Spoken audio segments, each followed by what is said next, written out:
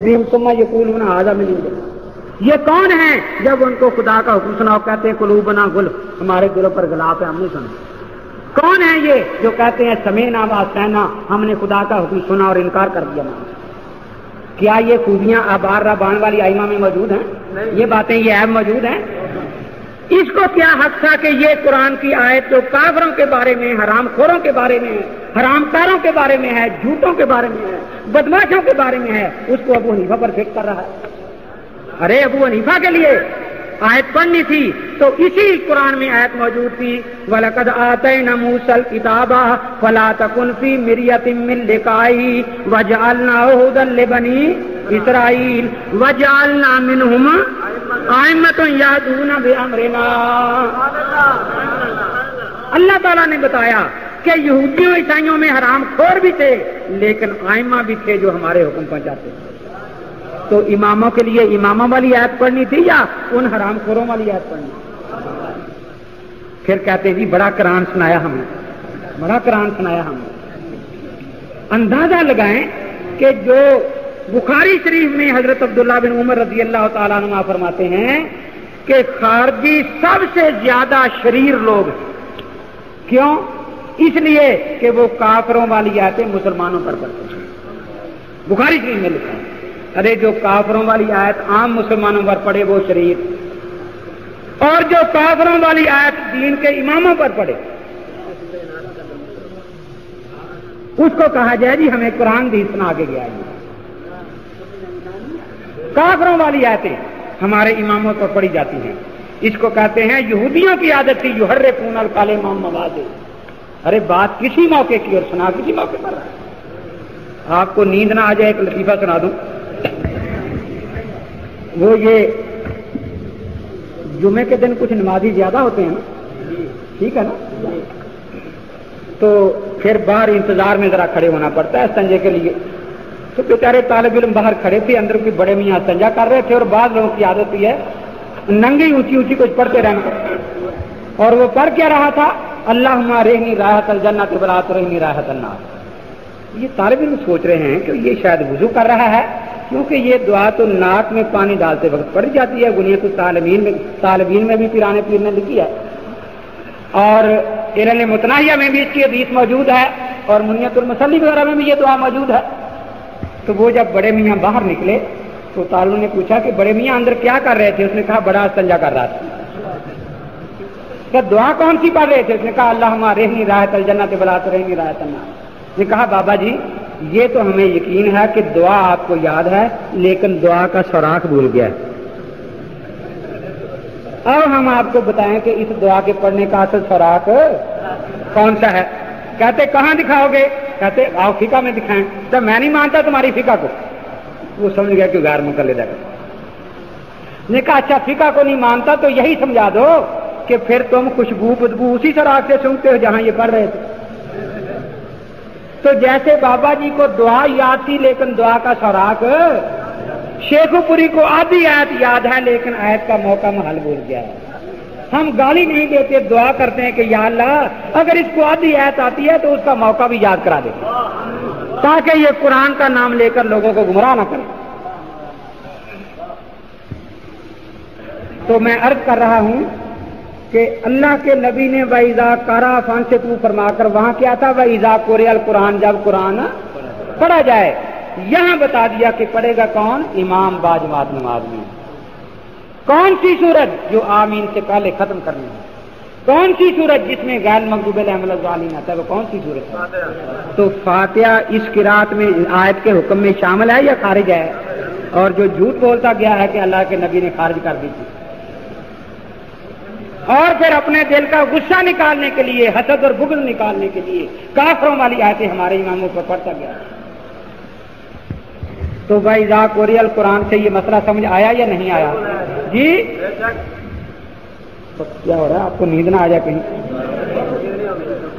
ایک حدیث کا ترجمہ اور کر دوں اس بارے میں، کیا خیال ہے؟ جی حضرت ابو ہریرہ رضی اللہ تعالیٰ عنہ مسلمان ہو چکے،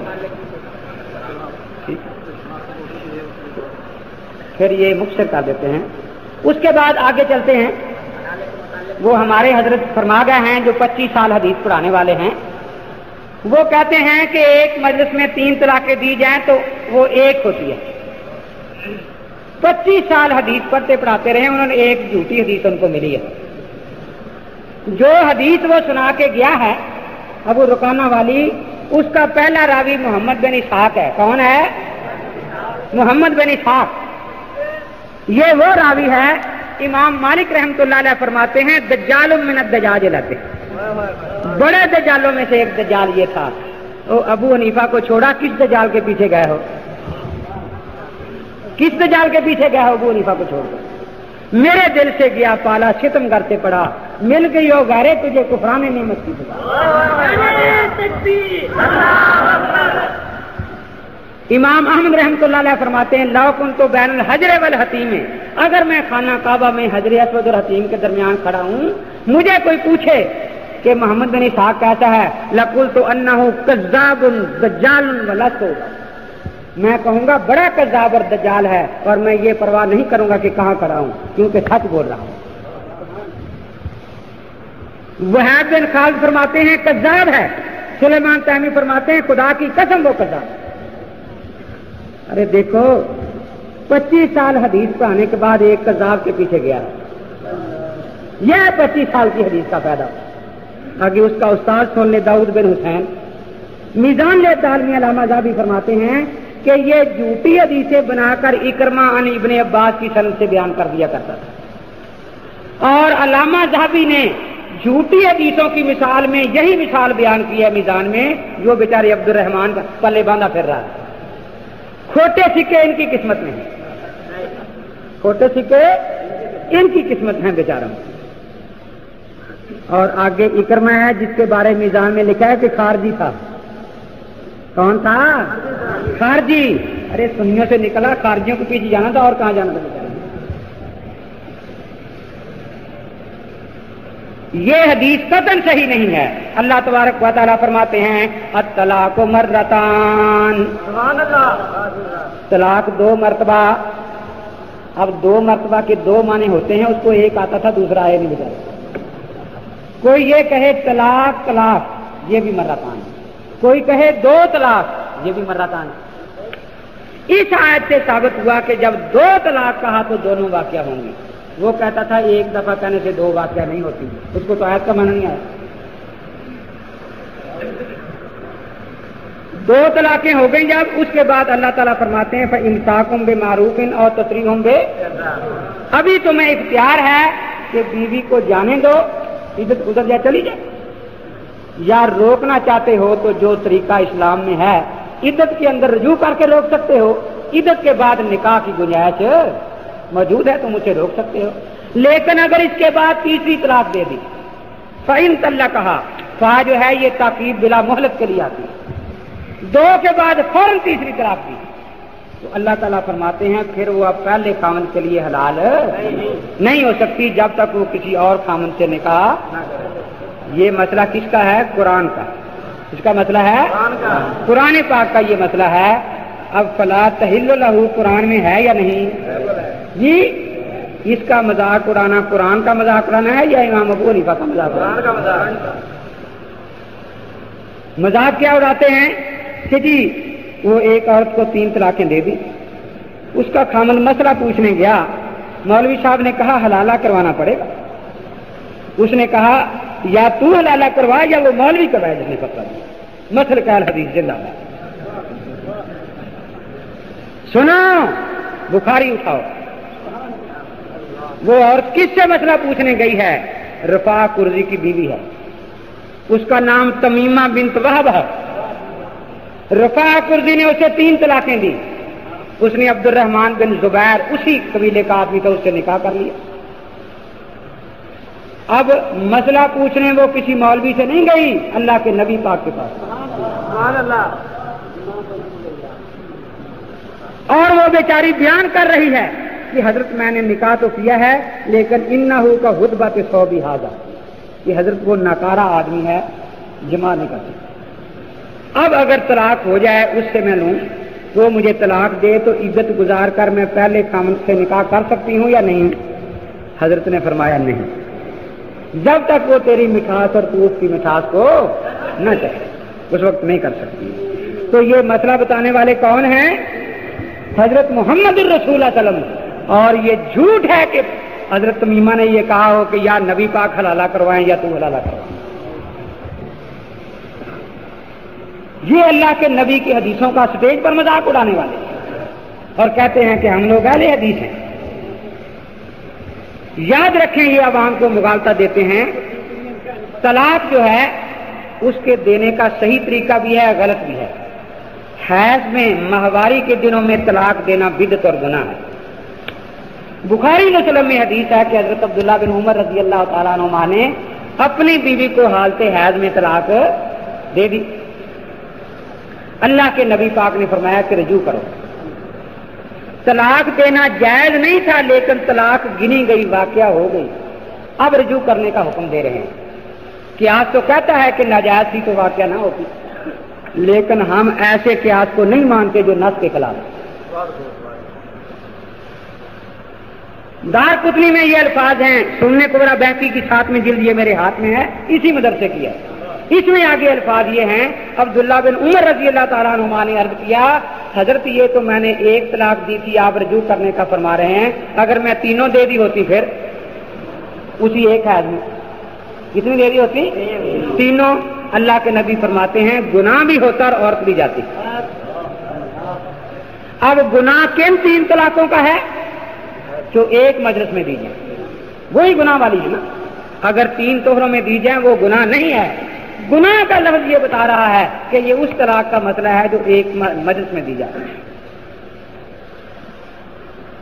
تو اب دیکھیے اللہ کے پیغمبر فرما رہے ہیں. اسی میں آگے دوسری روایت ہے کہ حضرت عمر رضی اللہ تعالیٰ عنہ کے پاس ایک آدمی آیا. اس نے کہا میرا نکاح ہوا تھا، ابھی بیوی کی رخصتی نہیں ہوئی، اور میں نے اسے کہا تجھے 3 طلاق، اب میں اس سے رجوع یا نکاح کر سکتا ہوں یا نہیں؟ حضرت عمر رضی اللہ تعالیٰ نے فرمایا کہ نہیں کر سکتے. آیت پڑھی فلا تحل له حتى تنكح زوجا غيره. کون آیت پڑھ رہے ہیں؟ حضرت فاروق اعظم رضی اللہ تعالیٰ. اس نے پوچھا کہ حضرت میں نے سنا ہے کہ آپ کے بیٹے نے بیوی کو طلاق دی تھی تو اللہ کے نبی نے رجوع کا حکم دے دیا.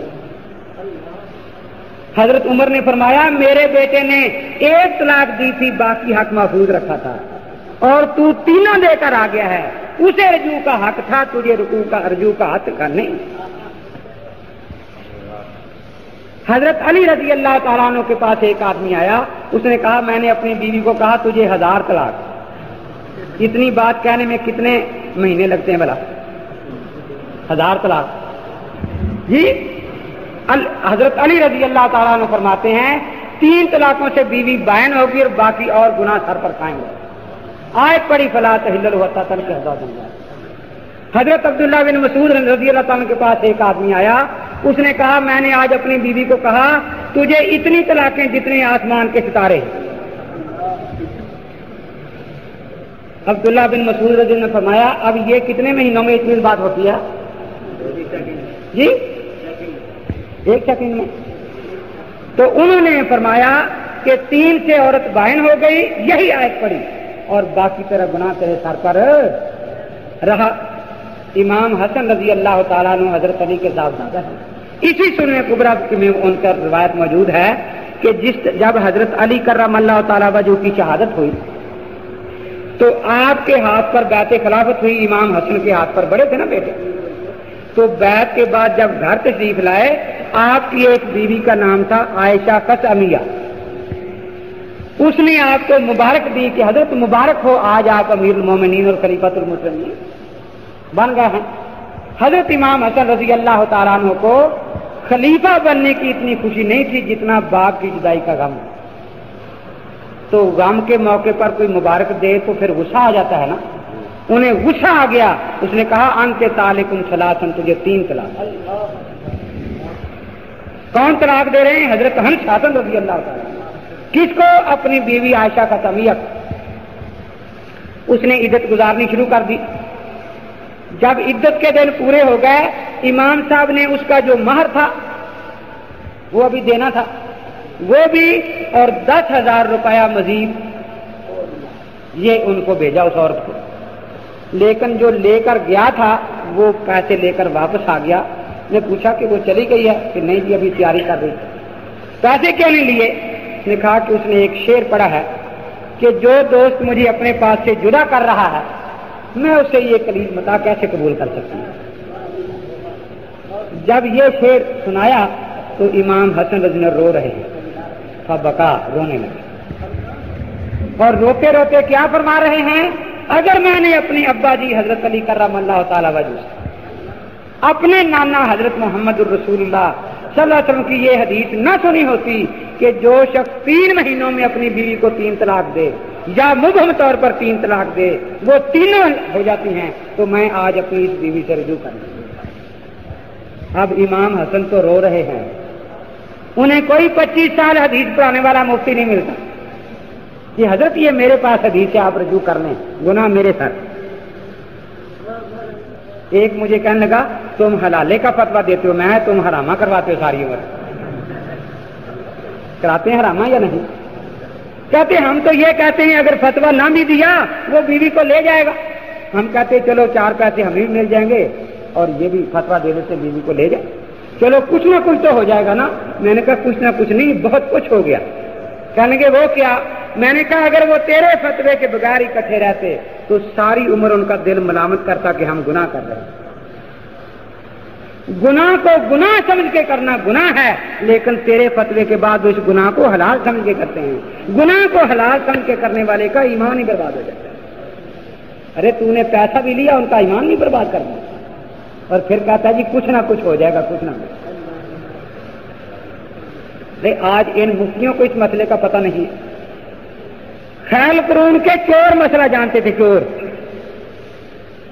امام صاحب کا زمانہ ہے، چوروں نے ایک مکان کو نقب لگائی. اب جب سامان باندھ لیا اٹھا رہے ہیں تو اتفاقاً مالک مکان کی آنکھ کھل گئی. اب عام طور پر چوری کا اصول یہ ہوتا ہے کہ ایک آدھ آدمی محلے کا ہوتا ہے. اس میں وہ جو محلے والا تھا نا قریبی، اس کو آپ نے پہچان لیا، وہ گھر والے نے کہا تو فلانا ہے، بس اس کا تو وہ گردی وہیں سے گر گئی. نے کہا کہ عدالتوں میں فقہ حنفی نافذ ہے، کل کو ہاتھ کاٹ دیں. اب کیسے ہاتھ بچے؟ کہا کہ اب ایک ہی صورت ہے کہ اس کو قتل کر دو تاکہ یہ ہمارا نام نہ بتا سکے. اس کو پکڑ لیا، ہم قتل کرتے ہیں تجھے. اس نے کہا کہ بھئی میرا گھر بھی لوٹا، قتل بھی کرنے لگے ہو. اس نے کہا کہ تو لوگوں کو بتائے گا. قاضی صاحب کو عدالت میں جا کے کہ فلاں چور ہے. اس نے کہا میں نہیں بتاتا. چور کا ایک چور کو ترس آیا، اس نے کہا کہ چلو اس سے قسم لے لو، یہ اگر قسم دے دے کہ میں چور کا نام نہیں بتاؤں گا تو چھوڑ دو. تو ایک چور کہنے لگا قسم کھاؤ، دوسرا چور کہنے لگا نہیں یہ اب قسم کھا لے گا، پھر نام بتا دے گا، 10 مسکینوں کو کھانا کھلا دے گا اور کفارہ قسم کا ادا کر دے گا، ہاتھ ہمارے کٹوا دے گا، مال بھی واپس لے لے گا، ہمارے ہاتھ بھی کٹوا دے گا. اب وہ رو رہا ہے بیچارہ. ایک اور چور تھا، اس کو ترس آیا، اس نے کہا کہ بھائی اس سے قسم ہی ایسی لے لیتے ہیں جس کے بعد یہ کچھ کر نہ سکے. کیا؟ اس نے کہا بھی تیری جان تب بچتی ہے، تو یہ قسم کھا کہ اگر میں چور کا نام بتاؤں تو میری بیوی کو 3 طلاق. اب چوروں کو بھی پتا تھا کہ یہاں کوئی 25 سالہ شیخ الحدیث نہیں ہے جو یہ فتویٰ دے دے گا، اور یہ وہاں سے جا کر فتویٰ لے آئے گا اور فتویٰ لا کے ہمارے ہاتھ کٹوا دے گا. چور جو سارے علاقے میں گھومتے پھرتے رہتے ہیں ان کو پتا تھا کہ کوئی ایسا فرقہ موجود ہی نہیں دنیا میں. وہ تو ملکہ کے وکٹوریا کے دور میں پیدا ہوا نا فرقہ. اب جناب اس نے یہ قسم کھا لی، چور سامان لے کے چلے گا. صبح جب یہ باہر نکلا تو اب وہ جناب اشارے کر رہے ہیں کہ دیکھا ہم نے کیسا باندھا تجھے. وہ کہتے ہیں نقصان مایا اور شماعت پہ ہمسایا. بڑا پریشان. اب یہ مفتیوں کے پاس جائے کہ ہمیں بتائیں کہ یہ کیا اب ہو سکتا ہے کوئی صورت کو کہیں کہ اگر نام بتائے گا تو بیوی جاتی ہے. دونوں چیزیں تجھے نہیں مل سکتی، گھر لینا ہے تو بیوی جاتی ہے، بیوی رکھنی ہے تو گھر کو صبر کر لو، اور کوئی صورت نہیں. آخر کسی نے کہا کہ امام صاحب آئے ہوئے ہیں حج کے لیے، امام ابو حنیفہ رحمۃ اللہ علیہ، ان کے پاس جاؤ ذرا. امام صاحب کے پاس گئے. امام صاحب نے فرمایا کہ کوئی بات نہیں، بیوی بھی رہے گی، سامان بھی ملے گا، چوروں کے ہاتھ بھی کٹے گا. کہ حضرت کیسے؟ فرمایا میں خود کام کرتا ہوں. آگے تو حضرت امام صاحب رحمۃ اللہ نے اس علاقے کے SHO تھانے دار صاحب کو بلایا اور خود ساری بات سمجھا دی کہ چور محلے کے ہیں، یہ اگر نام بتاتا ہے تو بیوی کو 3 طلاقیں پڑتی ہیں، یہ بیچارہ بڑا مجبور ہے، تم محلے کے سب لوگوں کو تفتیش کے لیے اکٹھے کر لو ایک جگہ حویلی میں، دروازے پر کرسی پر بیٹھ جاؤ، یہ تمہارے ساتھ بیٹھ جائے گا، ایک ایک کو نکالتے جاؤ اور ایک ایک آدمی کے بارے میں پوچھتے جاؤ کیا یہ تیرا چور ہے۔ اس کو سمجھا دیا گھر والے کو کہ جو تیرا چور نہیں ہوگا نا کڑک کے کہنا نہیں جی، اور جب تیرا چور آ جائے یہ 100 مرتبہ پوچھے تیرا چور ہے تو خاموش ہی رہنا چاہیے، تو نے نام لینا ہی اس کا، تو نام لے گا تو بیوی پر طلاق پڑے گی۔ تھانے دار صاحب کو سمجھا دیا کہ جہاں یہ خاموش رہے بس اس کو پکڑ لینا۔ تو دیکھیے امام صاحب رحمۃ اللہ تعالی علیہ نے اس کو وہ طریقہ سمجھا دیا، چور پکڑے گئے، ان کے ہاتھ کٹے، سامان ملا، لیکن بیوی پر 3 طلاقیں واقعہ نہیں۔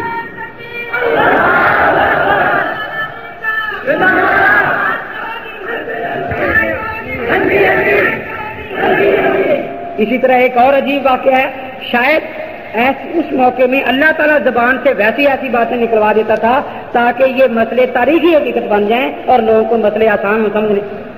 تو کہیں میاں خامند کی کہیں بیوی سے کوئی لڑائی تھی تھوڑی بہت، تو وہ باہر سے آیا تھکا ماندہ کام کر کے، تو بیوی کھانا لائی، تو جب ایسا موقع ہو تو آپ کو بھی تجربہ ہے نا کہ ساتھ کھانا ساتھ تھوڑا تھوڑا بڑبڑ بھی ہوتا ہے نا، کچھ نہ کچھ۔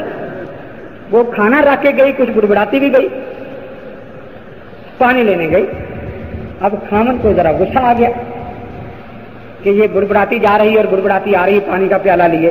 تو اس نے کہا اگر میں تیرے ہاتھ سے یہ پانی کا پیالہ پیوں تجھے 3 طلاق، اگر تو واپس جا کے گھڑے میں ڈالے پھر 3 طلاق، زمین پر گرا دے پھر بھی 3 طلاق، تو پی لے پھر بھی 3 طلاق، کسی اور کو پلا دے پھر بھی 3 طلاق۔ نہیں جناب، گردان پڑی بغیر۔ اب یہ ساری گردان پڑنے کے بعد پھر اٹھا کہ وہ گھر تو اجڑ جائے گا بھائی۔ اب گیا مولوی صاحب کے پاس، حضرت کوئی صورت ہے، کوئی جان بچ جائے؟ سب کہنے لگے تو سارے دروازے بند کر کے آ گیا، اب کوئی صورت نہیں۔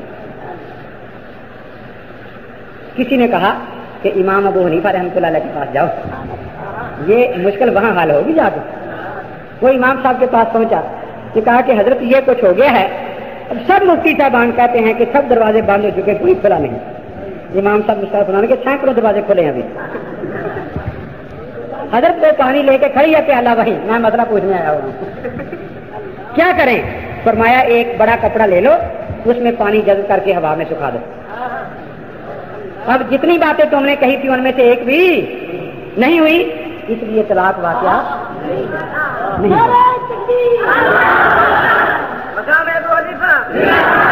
محدث اعظم مصر بن قدام رحمۃ اللہ تعالی علیہ پاس بیٹھے تھے، انہوں نے اٹھ کر امام صاحب کی پیشانی پر بوسہ دیا، فرمایا ابو حنیفہ تیرے جیسے بیٹے مائیں روز روز نہیں جنا کرتی، ہزاروں سال نرگس اپنی بے نوری پہ روتی ہے، بڑی مشکل سے ہوتا ہے چمن میں دیدہ برتا۔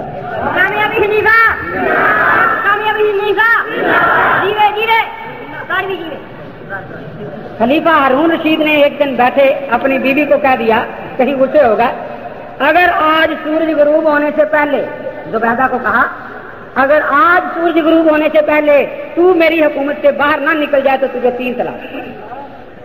اب وہ ہوائی جہاز کا زمانہ نہیں تھا، گاڑیاں اس وقت نہیں تھی، موٹریں کاریں، سائیکل بھی نہیں ہوتا تھا کسی کے پاس۔ اور عباسی حکومت کتنی بڑی حکومت ہے، واسق بلا عباسی کھڑا ہے، آسمان پر ایک بادل کا ٹکڑا تیرتا جا رہا ہے، اس کو دیکھ کر کہتا ہے کہ جہاں جی چاہے جا کے برس لینا، جہاں جی چاہے جا کے برس لینا، جہاں تو برسے گا جو غلہ اگے گا اس کا خراج میرے ہی خزانے میں۔ اپنی حکومت کی وسعت بیان کر رہا ہے۔ یہ وہی واسق بلا عباسی ہے جس نے باقاعدہ ایک وفد بھیجا کہ سد ذوالقرنین کا پتہ کرو، جس کا قرآن میں ذکر ہے کہ وہ کہاں ہے۔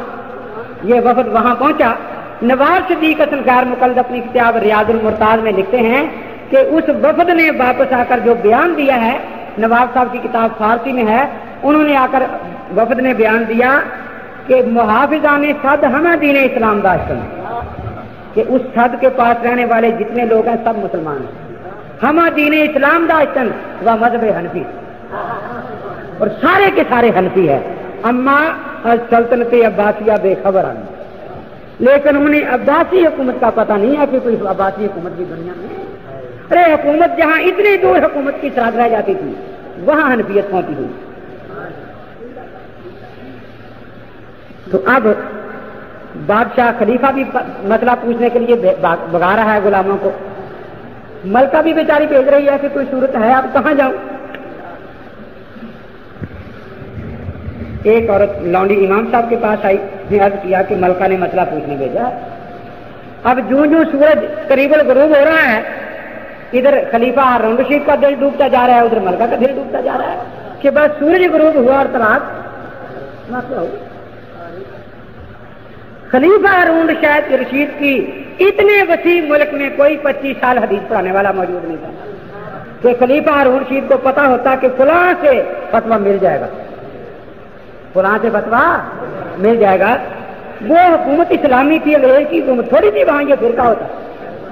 یہ غیر مقلدیت کے کھوٹے سکے وہاں موجود ہی نہیں تھے، یہ تو ملکہ وکٹوریہ کے کرے ہوئے سکے ہیں نا۔ خیر عصر کے بعد وہ لونڈی آئی مسئلہ پوچھنے، امام صاحب نے فرمایا کہ واپس چلی جاؤ اور ملکہ سے جا کر یہ کہو کہ امام صاحب فرماتے ہیں کہ میں پردے کا انتظام کر دیتا ہوں، مسئلہ خود آ کے پوچھو، میں کسی کو نہیں بتاؤں گا۔ اب اس بیچاری کو ضرورت تھی، امام صاحب نے جیسے ایک ساتھ کا پردہ ہوتا ہے پردہ کرا دیا، ملکہ آئی آ کے بیٹھ گئی۔ نوکرانی نے امام صاحب کی خدمت میں عرض کیا کہ حضرت ملکہ تشریف لے آئی ہیں، فرمایا اچھا میں بتاتا ہوں، ابھی باتیں کرتے رہے، ادھر مغرب کی اذان ہو۔ امام صاحب نے نماز پڑھائی، ملکہ نے بھی اس پردے میں نماز پڑھی۔ نماز کے بعد امام صاحب پردے کے قریب آئے، بیٹی کیا مسئلہ پوچھنا ہے؟ تو اب سورج غروب ہو چکا ہے، فرمایا تو مسجد میں کب آئی تھی، سورج غروب ہونے سے پہلے یا بعد میں؟ نے کہا جی پہلے۔ فرمایا پھر طلاق نہیں ہوئی، مسجد میں ہارون رشید کی کوئی حکومت نہیں ہے، یہاں صرف خدا کی حکومت۔ میں نے تجھے صرف اس لیے یہاں بلایا تھا تاکہ یہ جب مسجد میں آئے تو ہارون کی حکومت سے باہر ہو جائے، جب سے تو مسجد میں بیٹھی ہے تو ہارون کی حکومت سے باہر۔ اندازہ لگائیں، امام صاحب رحمۃ اللہ تعالی علیہ بیٹھے ہیں، ایک آدمی بڑا پریشان آیا، مکہ مکرمہ میں بیٹھے ہیں، نے کہا حضرت بس کچھ گھر میں لڑائی ہو گئی تھی، ایک بات زبان سے نکل گئی کہ اگر آج 1 گھنٹہ میں ایسی عبادت نہ کروں جو میرے سوا کوئی انسان نہ کر رہا تو تجھے 3 طلاق۔ اب میں مسئلہ پوچھتا پھر رہا ہوں کہ میں کوئی نفل پڑھنے شروع کر دوں گھنٹے کے لیے، لوگ کہتے خدا جانے ہزاروں آدمی نفل پڑھ رہے ہیں، میں قرآن پاک کی تلاوت کروں، خدا جانے کتنے آدمی قرآن کی اس وقت تلاوت کر رہے ہیں، میں کلمہ شریف کا ذکر کروں، اللہ کے بندے خدا جانے ہزاروں آدمی کلمے کا ذکر کر رہے ہیں۔ سب طرف سے مایوس ہو گیا ہوں، اب آپ کے پاس بھیجا ہے انہوں نے کہ امام صاحب کے پاس جاؤ۔ امام صاحب نے فرمایا کوئی بات نہیں، میں انتظام کرتا ہوں۔ خلیفہ صاحب سے فرمایا کہ یہ مسلمان بیچارہ بڑا پریشان حال ہے، تو ذرا اعلان فرما دیں کہ 1 گھنٹے کے لیے خانے کعبے کا طواف کرنے کے لیے اور کوئی نہ آئے۔ اب شاہی اعلان تھا، سب کو روک دیا گیا۔ امام صاحب نے فرمایا لو تم 1 گھنٹہ طواف کر لو، اب یہ وہی بات ہے جو تیرے سوا کوئی اور انسان نہیں کرتا۔ سید خاندان بہت بڑا آباد ہے کوفہ میں، ایک بچہ ہے بیچاروں کا، نوجوان لڑکا فوت ہو گیا، جنازہ جا رہا ہے، سید کا جنازہ، سب قاضی صاحبان بھی ساتھ ہیں، ائمہ حضرات بھی ساتھ ہیں، عوام بھی ساتھ ہیں۔ اس لڑکے کی والدہ بیچاری برقع پہن کے وہی پیچھے پیچھے آ رہی ہے۔ جنازہ دور نکل گیا تو لڑکے کے والد نے اس عورت کے خاوند نے جب پیچھے دیکھا تو بیوی بھی اس کی آ رہی ہے، تو بڑا غصہ آیا، غیرت آئی کہ یہ کیوں باہر آئی گئی۔ اس نے کہا واپس چلی جا۔ اس نے کہا میں بیٹے کا جنازہ پڑھ کے واپس جاؤں۔ اس نے کہا اگر تو نے قدم آگے رکھا 3 طلاق۔ اس نے کہا اگر میں بغیر جنازہ پڑھے واپس گئی تو سارے غلام آزاد۔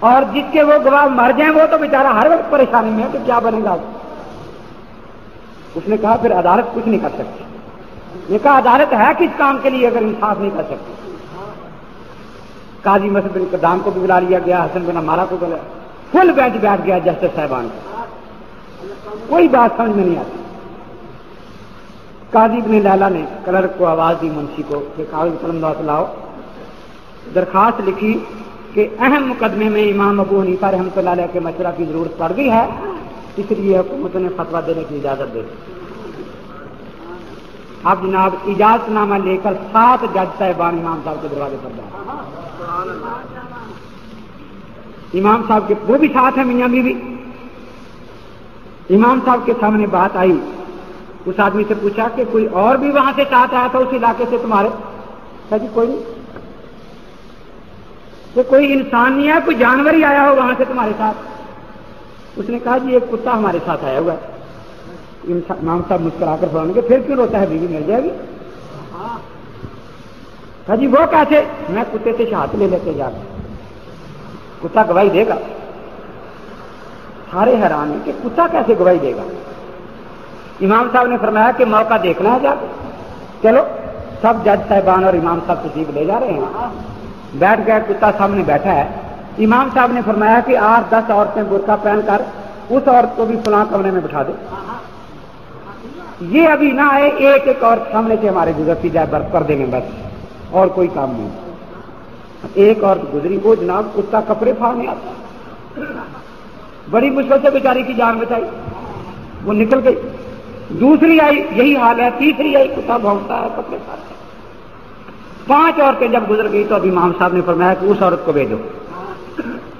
عورت نے سامنے قدم رکھا, کتا پاؤں پر لوٹ رہا ہے, پیار کر رہا ہے. امام صاحب نے کہا اے بے حیا عورت, کتا تو اپنی مالکہ کو نہیں بھولا اور تو انسان ہو کہ اپنے خاوند کو بھول گئی. اس کی چیخیں نکل گئی برقعے میں. اس نے کہا کہ سچ ہے, یہی میرا خاوند ہے. تو سارے قاضی صاحبان کہہ رہے ہیں کہ ابو حنیفہ کاش خدا ہماری عمر میں تجھے دے دے. یہ مسئلے کہاں سے حل ہوتے؟ تو اس زمانے میں ایسے مفتی نہیں تھے جو یہ کہہ دیں کہ ہم طلاق دیتے ہیں اور پھر شور مچاتے ہیں جی حلالہ ہے, حلالہ ہے, حلالہ ہے. پہلی تو بات یہ ہے, ان سے کبھی یہ بھی پوچھا کہ حلالہ کہتے کس کو ہے؟ حلالہ وہ مشروط نکاح ہوتا ہے جس میں ایجاب قبول کراتے وقت یہ کہا جائے کہ میں یہ عورت اتنے حق مہر کے عوض اس شرط پر تیرے نکاح میں دیتا ہوں کہ ایک مرتبہ صحبت کرنے کے بعد اسے چھوڑ دے. لیکن یہاں کوئی ایسا نکاح نہیں کرتا. رہا یہ کہ دوسری مجلسوں میں یہ ذکر ہو تو وہ تو میں نے بتایا کہ بخاری کی حدیث میں موجود ہے کہ رفاع قرظی کی بیوی حضرت کے سامنے اپنے دل کی بات بتا رہی ہے کہ میں واپس آنا چاہتی ہوں. یہ کوئی گناہ نہیں. اگر فتویٰ لگانا ہے تو اللہ کے نبی پاک کریں. پھر ہمارے ہاں اس نے بھی مانا کہ ہدایت میں لکھا ہے کہ حلالہ لعنت ہے, لیکن لعنت اس نے طلاق کو بھی لعنت کہا ہے, 2-3 تقریر میں ہے. طلاق لعنت ہے لیکن دینے سے واقعہ ہو رہی ہے یا نہیں؟ اللہ کے نبی فرماتے ہیں یہ کام ہے لعنت, لیکن یہ حلال کرنے والا ہے اس کے لیے حلال ہو گئی ہے. ہم بھی یہی کہتے ہیں, ہم جواز حلالہ کے قائل نہیں, نفاذ حلالہ کے. ان بیچاروں کو فقہ آتی ہو تو پھر ہے نا. ویسے جھوٹ بولنا کہ 25 سال میں فقہ پڑھاتا رہا ہوں, ارے جسے فقہ میں جواز اور نفاذ کا فرق معلوم نہیں اس کو فقہ کیا آتی ہے؟ 25 سال بیچارہ خدا جانے کیا پڑھاتا رہا, اسے جواز اور نفاذ کا فرق ہی معلوم نہیں, اور کہتا ہے میں فقہ پڑھاتا رہا. اب میرے خیال میں کچھ چھٹیاں وغیرہ دیکھنے کیا آئی ہیں, شاید کوئی حدیث آ گئی ہو گئی.